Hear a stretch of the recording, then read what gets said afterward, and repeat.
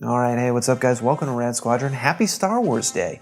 We've got a really special show for you today. We're going to be covering everything that's been released in these Star Wars trailers, teasers, and TV spots.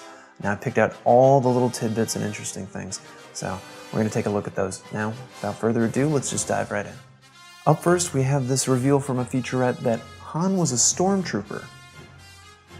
I know, right? Here we see him in the middle of a pitched battle. Now this could be a scenario where he's in disguise, but I don't think that's the case. We know that early on Han was actually in the Empire.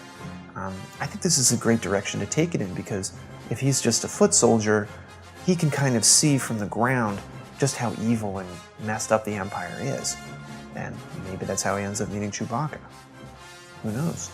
Just judging from this shot, Han has seen some pretty messed up stuff. So it looks like they're going for like a war movie kind of vibe with this scene. I really think that's cool. Okay, up next we have a reveal here of Chewie's wife.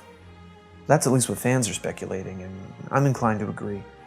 If that is the case, if it is Chewie's wife, Malla Tobuck, I think this is a fantastic direction for them to take with the film. Chewie, he's always felt like he's been lacking a personal story, something from his past. Some emotional anchor to ground him in the world.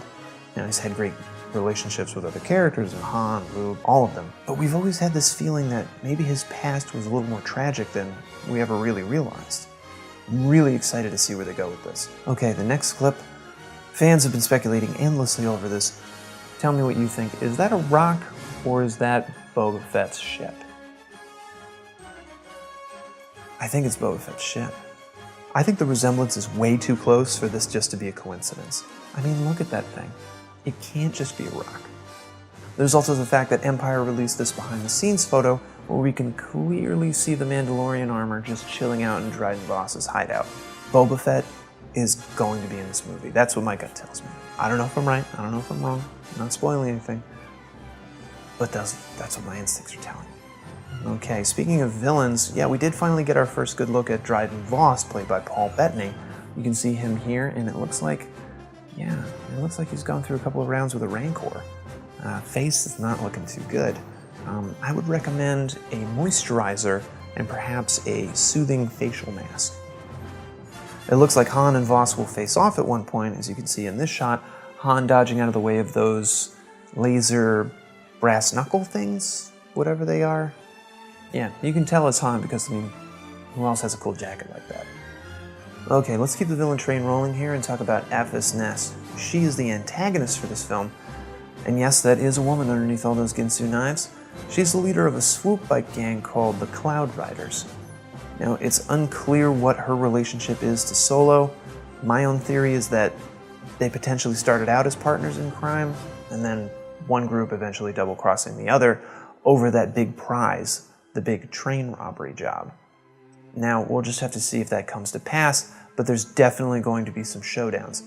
You can see this great shot, Han squaring off with his blaster. And in this shot, where we see Beckett, played by Woody Harrelson, facing off against Aphys Nest on top of the moving train. Now, as far as what is actually on that train, we're pretty much told that it's super, super, super highly explosive. I mean, we see this whole mountainside go kablooey, so. My own theory, I think the Empire's hauling Kyber crystals for the Death Star. That would be a nice tie-in with Rogue One. Makes a lot of sense if you think about it. This would also explain why the Empire would sick a Star Destroyer on one tiny little Corellian freighter.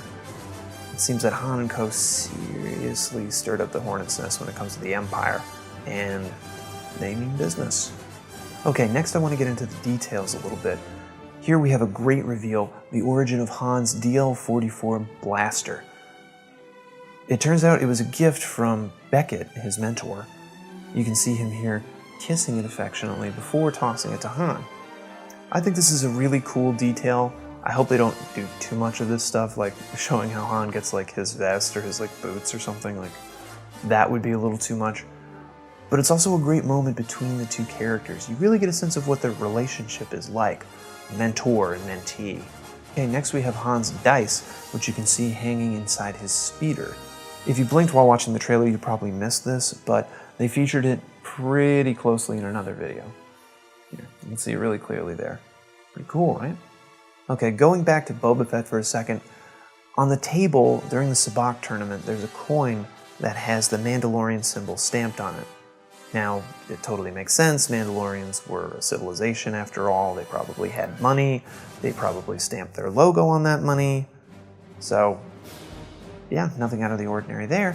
But I can't help but feel that it's just another subtle hint that we're going to see Boba Fett in this movie.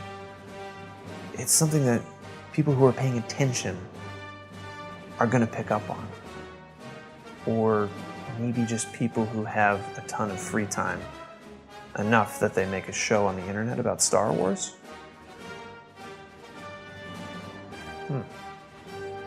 Even if we don't see Boba Fett this time around, there are 2 more Han Solo movies on the way, so he's definitely going to be in one of those. Now, I was a little taken aback when I first saw the steering wheel revealed on the Millennium Falcon, because I couldn't remember from the original movies, or Force Awakens or Last Jedi, exactly how they steer the Millennium Falcon. But it turns out it's totally canon. If you check out this shot from The Empire Strikes Back, yeah, you can see the console pretty clearly in that shot. Kudos to the filmmakers for really nailing the look. It also seems like the Falcon has gone through some of those special modifications. Here you can see the quad cannons firing. Well, dual cannons anyway. And here you can see the gunner seat. Pretty cool. Alright, what follows are just some random things that I thought were cool. Number 1 is this triangle thing. Turns out it flies. That's pretty cool. Okay, number 2. We know the Kessel Run is going to be in this film, and thanks to Ron Howard's Twitter, we also know that Kessel itself will be a location. His Twitter feed's been a literal gold mine for Han Solo teasers. Or should I say, spice mine? 3. It turns out Beckett was in the Empire as well. I mean, just look at that hat.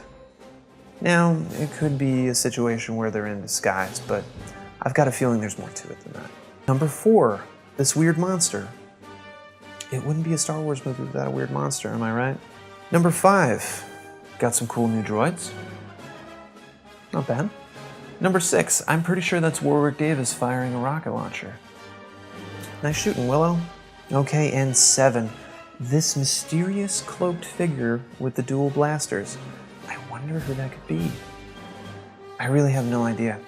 I guess we're going to find out on May 25th when the movie comes out. Alright, that's going to do it. Thank you guys so much for watching. I really appreciate all your support, all your likes, all your comments, all your shares. Please keep those things up. It's very encouraging and very helpful as I continue to grow the channel. Please be sure to check me out elsewhere on social media. You can find links for those if you're watching on Facebook at the top of the page, and if you're watching on YouTube, you can find them in the description below. Alright, thank you guys so much. Happy Star Wars Day once again, and until next time, may the Force be with you.